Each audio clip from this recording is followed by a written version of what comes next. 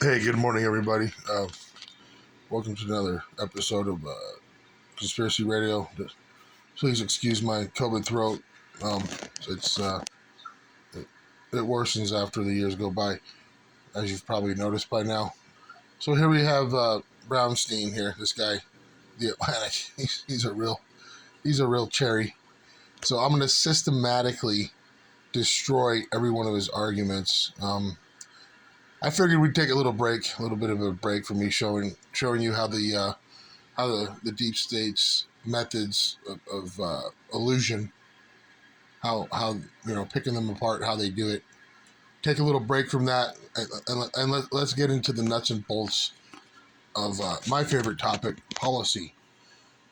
So we'll start systematically, step by step. That way, there's no saying, well, you're trying to move the goalpost or only wanting to answer what you want to answer. Spreading throughout the red states with DeSantis at the front of the line on issues like limiting what teachers can say about race and gender. Okay, so this is basically, he's saying that it's a systematic destruction of the rights movement.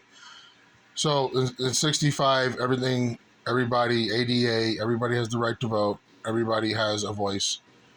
And really, it should have stopped there. The alarm clock knows no color. You set your alarm clock at 4 a.m., it's going to wake you up regardless of who you are. Well, see, that's the problem. Actually, it can't wake up some of you. And now people are bitching about they're left behind, while the rest of us had to get up at 4 a.m. for 20-something years. So basically, he's trying to make an excuse for it. So there's his first one: teachers limiting teachers what they can say in the classroom. No, it's not limiting teachers what they can say in the classroom. It's telling teachers that they have no right to be talking about pornographic material in the classroom. Sexual orientation. Sexual orientation in school doesn't need to be talked about. You can go to college and you can have a whole class about what the hell you think you want to call yourself for the day. In public schools, it's not going to be that way. They're rolling back LGBTQ rights. Nobody's rolling back nobody's rights. If you want to go kiss a girl, you can go kiss a girl. Nobody cares. Nobody's fighting you on that.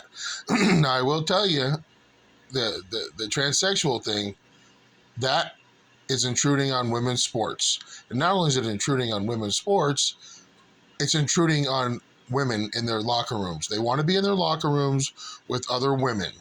That's their safe space. They don't want some guy who wants to act like a woman for his junior year hanging around in the women's locker room. They have that right, and we will fight for that right. Making it tougher to vote. Ain't nobody making nothing tougher to vote. You can go down to your voting place and you can vote. If you're a citizen, if your state requires ID, then go get an ID. If you're too stupid to get an ID, we don't want you voting anyway. But that's how it's going to be. You're going to have to show proof of your citizenship. Can't have mail ballots being sent in from all around the world with duplicate names and duplicate addresses and duplicate wars now that it's caused because the other countries look at the United States as a banana republic because of it. That's why Russia went in on Ukraine, and that's why China's going to be going in on Taiwan soon. Requirements for gun control. We already have enough requirements for gun background checks. Actually, it says nothing of the sort in the Second Amendment. You're lucky we even let you guys even do NCIS background checks. Technically, it should be if you're a citizen without any criminal record. Basically, constitutional carry should be the law of the land, where I can basically carry a concealed firearm on my person in any state throughout the United States. So the fact that we've already given you guys this much leeway on letting states control gun rights is already really anti-constitutional. And now comes the pushback. Now we go back to the origination of the Constitution. You can protest, you just can't stand in the street while you do it.